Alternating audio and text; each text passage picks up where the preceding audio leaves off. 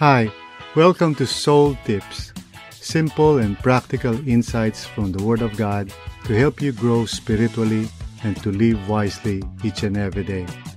In just a few minutes, let's explore helpful truths from God's Word to guide us and to strengthen us in our walk with God.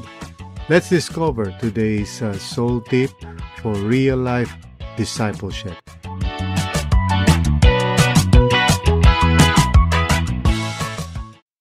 Ephesians chapter 6, verses 5 to 8.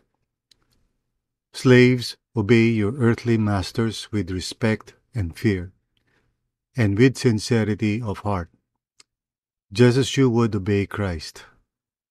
Obey them not only to win their favor when their eye is on you, but as slaves of Christ, doing the will of God from your heart. Serve wholeheartedly, as if you were serving the Lord, not people, because you know that the Lord will reward each one for whatever good they do, whether they are slave or free. Tayo po ay manalangin. Dear Lord, Holy Spirit, thank you for giving us the opportunity to meditate on your word once again. Mangusap kayo, Panginoon, sa amin, sa aming mga puso. Tulungan niyo kami, Panginoon, na maintindihan namin ang inyong salita. By your grace and mercy, open our eyes to the truth, illumine our minds, inspire our hearts, O Lord. Tulungan niyo kami, Panginoon, so that by the grace of God, we would be able, Lord, to receive your message for us today. This is our prayer. In Jesus' name, amen and amen. So, patuloy po tayo sa ating devotions based sa mensahe o sermon na aking pinamahagi sa inyo last Sunday tungkol dun sa Beyond the Walls, kung saan we talked about the idea na we are the church kahit nasaan tayo naroroon, and so we are to live out our faith regardless of the place where we are. Kung sa pamilya man, sa marriage of course, sa workplace, sa school, kahit saan, we are to live out our faith. At wag po natin iwan ang ating pananampalataya doon sa loob ng church kung saan we go there every Sunday. Wag natin isipin na paglabas po natin ng church ay hindi na po tayo mga anak ng Diyos. Instead, we are to continue living out our faith wherever we are. Yun po ang pinaka-gist ng mensahe natin last Sunday. And we have been working our way through this passage, and we have talked about yung tungkol sa marriage, starting in chapter 5, verse 21, all the way to verse 33. At nakita natin yung wife ay kinakailangan magkaroon ng submissive attitude, which of course hindi lang naman yung wife yan, kundi lahat naman tayo. Iba-iba lang ang pinaka-way of being submissive. You know, yung husbands, yung kanilang pagiging submissive has to do with loving their wives. You know, treating them as just like Christ loves the church. So nakita natin yun, how that is so important, no, sa ating buhay. But now we come to the idea of practicing our faith. Before I forget, siyempre pinag-usapan natin yung sa family, faith in the family, kung saan yung mga anak at mga magulang should also show submissiveness toward each other. Yung mga anak by their obedience, at yung mga magulang naman by training and instructing their children in the way of the Lord or according to the Word of God. So we come now to this part tungkol sa faith in the workplace. At the reason why I'm applying it in that arena is because in the first century, of course, there was slavery. But we need to understand na yung slavery in the first century is not what we might think today when it comes to the idea of slavery. Kasi noong araw, ang slavery or mga slaves are of course the economic engine of society. Sila lahat ang kumbaga nagpapatakbo ng ekonomiya ng mga panahon na yon. Sila ay nag-aasikaso ng mga fields, nag-aasikaso ng mga households, nag-aasikaso ng mga businesses and so forth and so on. So they are very much, the engine of the economy. Kaya sinasabi ko na we can apply this to the idea of Christian people working or being in the workplace, although not exactly the same, siyempre, ang condition natin. Even though we might feel like we are being treated as slaves.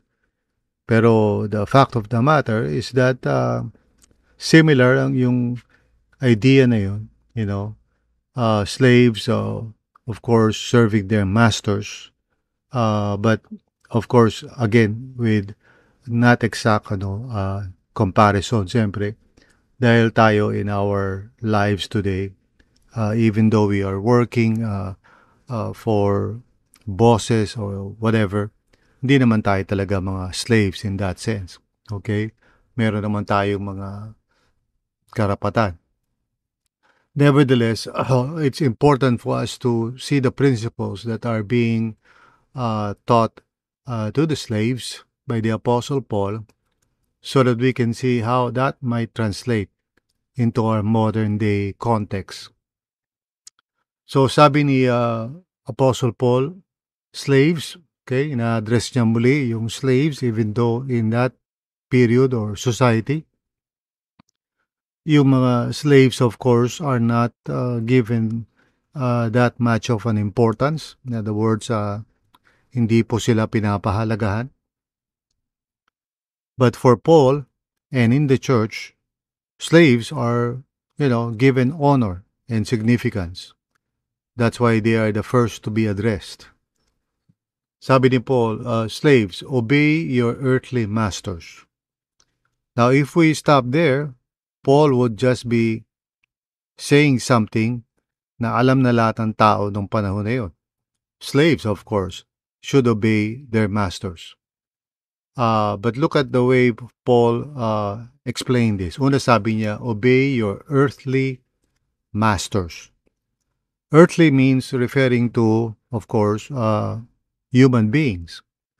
Now, ultimately, ang master talaga ng mga slaves or anyone or all of us who are in the Lord is God. He is our true master and, of course, through Jesus Christ, who is our Savior and Lord. He is our true master. So, Paul is saying in effect, yes, may mga earthly masters, but our absolute allegiance is not to an earthly master, but to the Lord, our Lord Jesus Christ. But nevertheless, sinasabi ni Paul na, okay, we must recognize na may mga structures in society, and especially in the workplace. Kumbaga, meron tayong mga boss, mga manager, etc. So Paul is not parang erasing or parang canceling yung mga normal na structures or order of society. Instead, he's teaching the Christians who are slaves, to honor that and to, not parang destroy that. So sabi niya, obey your earthly masters with respect and fear. So normally, yung mga slaves nung araw, They have no respect whatsoever sa kanilang mga masters. They hated their masters. Kasi nga naman yung mga masters would treat them as, inferior human beings, treating them as objects and so forth. Yung mga masters nung araw, they can, kill their slaves and they would not be held to an account for that. So, dito, sinasabi ni Paul sa mga slaves, okay, obey your masters, earthly masters, with respect and fear. So, yung attitude ng mga slaves bilang mga Christian slaves should be according to God's will, na sila ay hindi yung parang mga rebelde na mga slaves o may galit sa puso nila, but rather may paggalang, Of course, yung fear dito, hindi yung fear na parang sila ay natatakot, because in Christ, we have been set free from all our fears. So what kind of fear is this? This is in recognition of the authority given by God to those who are in authority. So in other words, respetuhin, di ba? Galangin. At wag parang maghimagsik, no? Or something like that. So sabi niya, and with sincerity of heart. So in other words, hindi plastic, hindi parang nagkukunwari, but truthfully, nag-obey sa mga masters, nang hindi parang doble cara, hindi yung parang may mga tinatago, kundi merong sinseridad. At ito yung pinaka-importante, sabi niya, just as you would obey Christ. So that's the distinctive. Bilang mga slaves who are Christians, okay, so they are Christians first, and it just so happens that they are still slaves. So ang kanilang pag-fulfill ng role nila in society bilang mga slaves, even though during that time they were treated with unfairness and injustice, nevertheless, they fulfill their role as they would in fact obey Christ. So sabi ni Paul, just as you would obey Christ. So now, nagkakaroon ng Christocentric or Christ-centered perspective yung kanilang pag-fulfill ng role bilang slaves. No longer are they parang slaves lang, trying to suffer, ika nga yung kanilang kalagayan. But they are now elevated to the role of,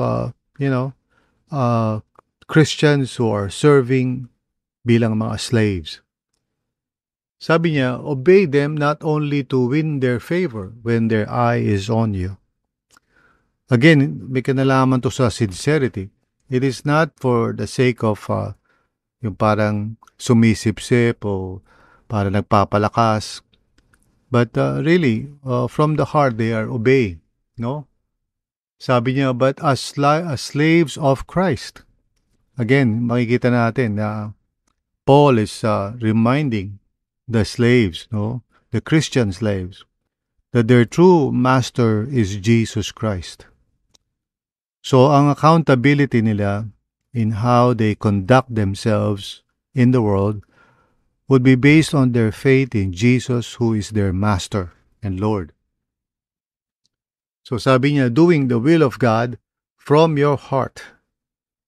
So they are now to fulfill yung kanilang role bilang mga slaves, in obedience to the Lord, doing the will of God from your heart, meaning yung magkaroon sila ng submissive attitude as slaves, hindi yung parang punong-puno sila ng hatred toward their masters, o kaya sumusunod lang sila because they don't have any choice, but deep down inside they are rebelling. So if we apply that in our modern context, we can say na tayo po na mga nagtatrabaho sa workplace o naman lugar, na we serve with sincerity of heart. Ginagawa natin yung trabaho natin ng mabuti, not to please people, but because we are conscious and aware that we are first of all under Christ. And He has placed us there sa role natin, kung ano man yun. And we are employees or workers. So we fulfill our role with gladness of heart. Hindi tayo rebelde, hindi tayo mga may bitterness sa puso, but we serve gladly and wholeheartedly. At sabi niya dito, serve wholeheartedly, no? As if you were serving the Lord, not people, because you know that the Lord will reward each one for whatever good they do, whether they are slave or free. So dito pumapasok yung idea ng submit to one another out of reverence for Christ. So in the role of being a slave, kailangan ang kanilang paglilingkod, no, is unto the Lord and because of the Lord. So they serve wholeheartedly, mula sa puso nila. Dahil alam nila ang Panginoon ang pinaglilingkuran nila, hindi mga tao. At alam nila si Lord ang nakakaalam. At si Lord din ang magre-reward. Kahit na minsan we feel that the company where we are working might be unfair or unjust. Again, siyempre, we are not slaves, so it is all right for as long as allowed naman sa kumpanya na magkaroon tayo ng feedback. Hindi naman masama yun na tayo ay magsalita, magsabi ng ating mga pangangailangan, but do so with respect, hindi yung naghihimagsik tayo or bad-mouthing the management or saying bad things to those above us. We must always be, as Christians in the workplace, practicing yung humility and submissiveness na kalooban ng Panginoon para sa atin. Because we have a master and He is the one we are serving. So, hindi tayo nagtatrabaho para lang kumita. Nagtatrabaho tayo to be productive, to honor God in our lives. Hindi po tayo nasa workplace para lang magkaroon ng pera. We see it as a calling. We should see it as a calling.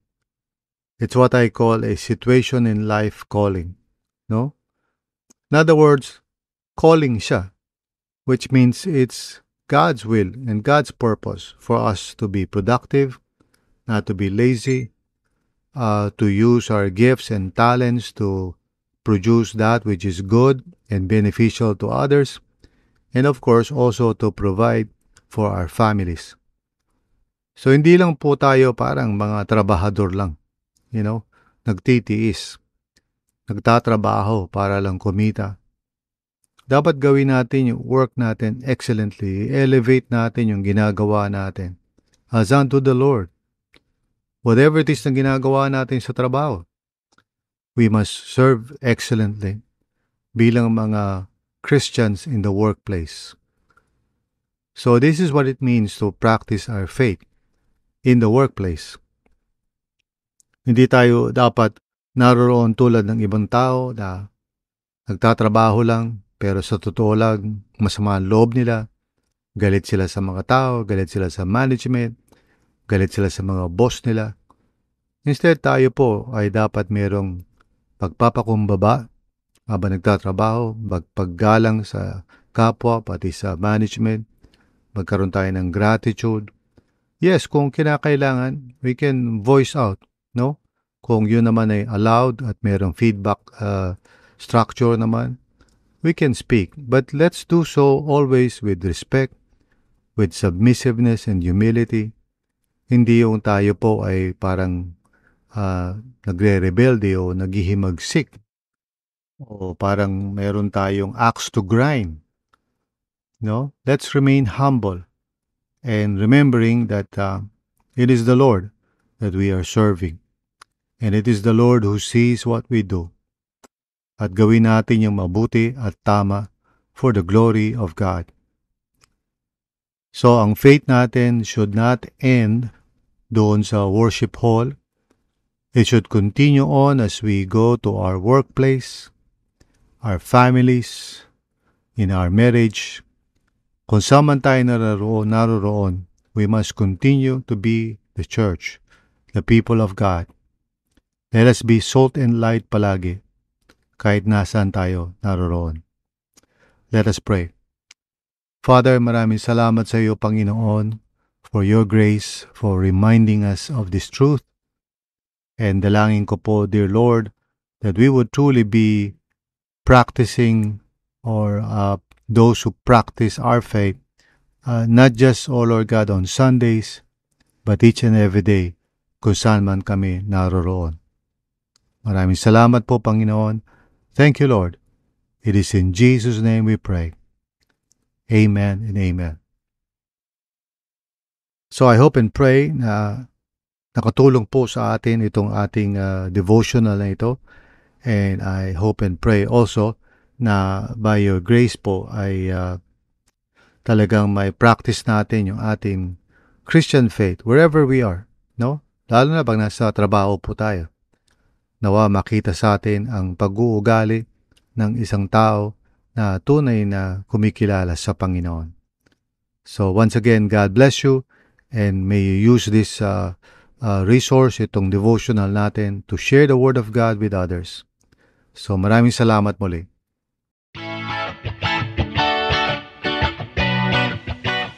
Thanks for joining us on Soul Tips today. We hope that what we talked about has helped you to take one small step closer to knowing more about Jesus our Lord and to grow spiritually in real life wisdom. Don't forget to share this podcast with someone and maybe to discuss or talk with them what you have learned. Until next time, keep learning and keep growing together with others.